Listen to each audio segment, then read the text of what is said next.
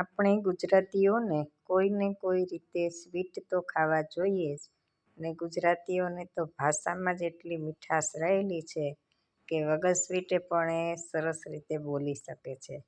તો આજે આપની સાથે ગુજરાતી સુખડીનું નવું વર્ઝન ચોકલેટી ટ્વિસ્ટ સાથે મસ્ત મજાની ચોકલેટી સુખડી બનાવીને રીત આપું છું.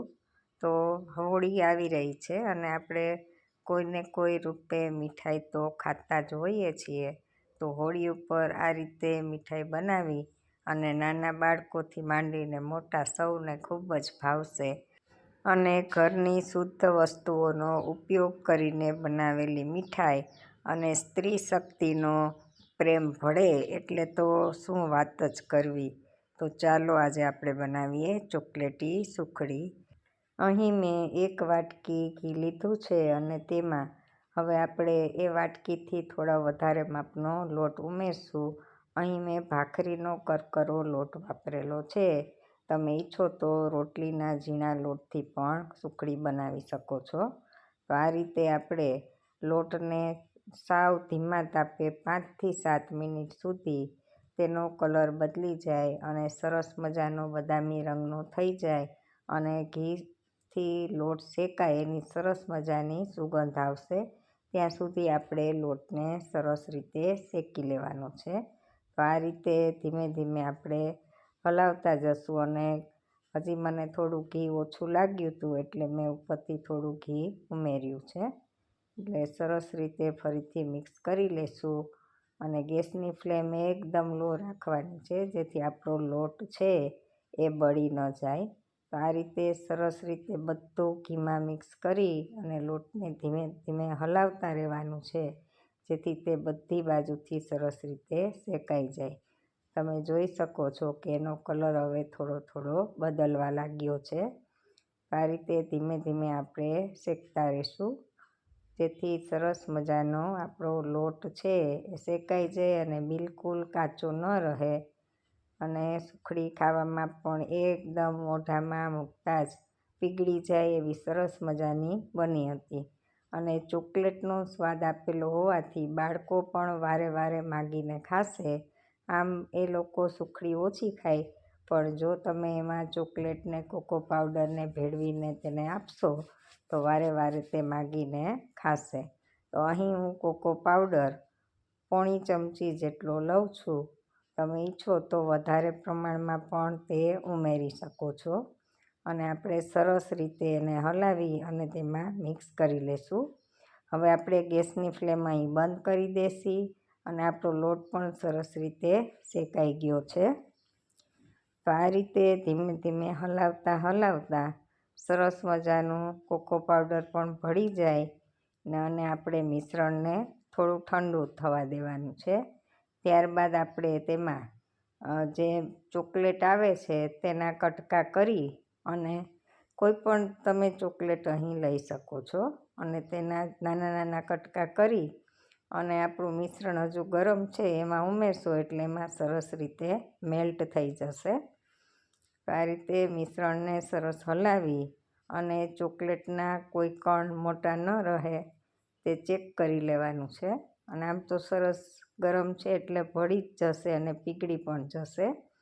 હવે મિશ્રણને આપણે 5 થી 7 મિનિટ ઠંડુ કરવાનું છે અને ત્યારબાદ તેમાં હું અહીં 1 ચમચી જેટલો ઓર્ગેનિક ગોળ ઉમેરી રહી છું જેમાં જરા પણ દવા નથી.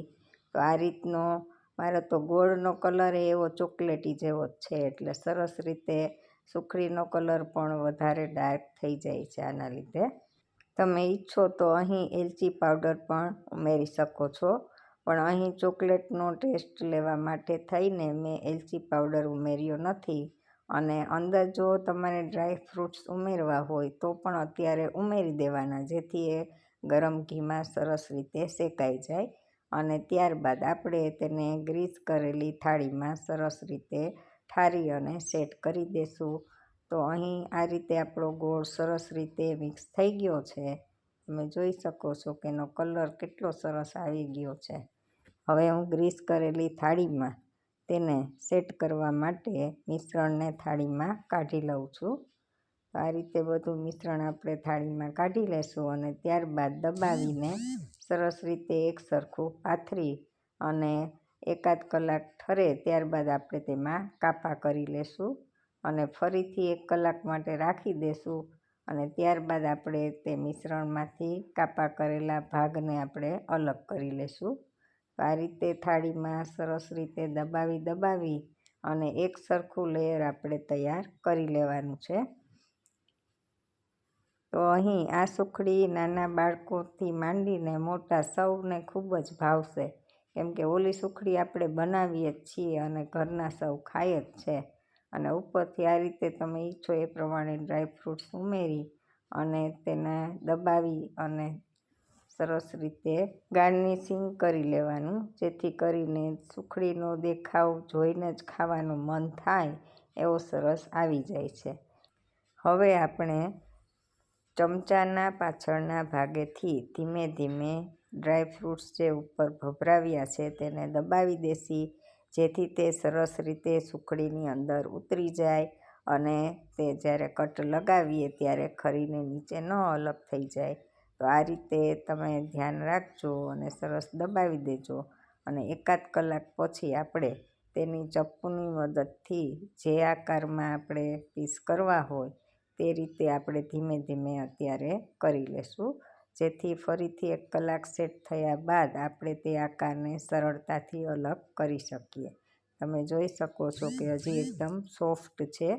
તો હજી 1 કલાક આ રીતે આપણે એને ઠરવા દેશું અને તમે ઈચ્છો તો તેને ફ્રીજમાં પણ રાખી શકો છો, જેથી ઘી છે એ સરસ રીતે ઝડપથી જામી જાય અને સુખડી છે એ થોડી કડક થઈ જાય. તો આ રીતે ફ્રીજમાં ન મૂકવું હોય તો તમે બહારે પણ રાખી શકો છો. તો ખાસ કરીને આ રેસીપી તમારા ફ્રેન્ડ્સને અને સગાવાલાને શેર કરજો કે જેના ઘરે નાના બાળકો હોય એને આ રીતે ચોકલેટી સુખડી બનાવીને ખવડાવશે તો બાળકને કંઈક નવી જ વસ્તુ ખાવા મળશે અને ઘરની શુદ્ધ મીઠાઈ ખાઈને બાળક વારંવાર માગશે કે આ તો મસ્ત મજાની બની છે.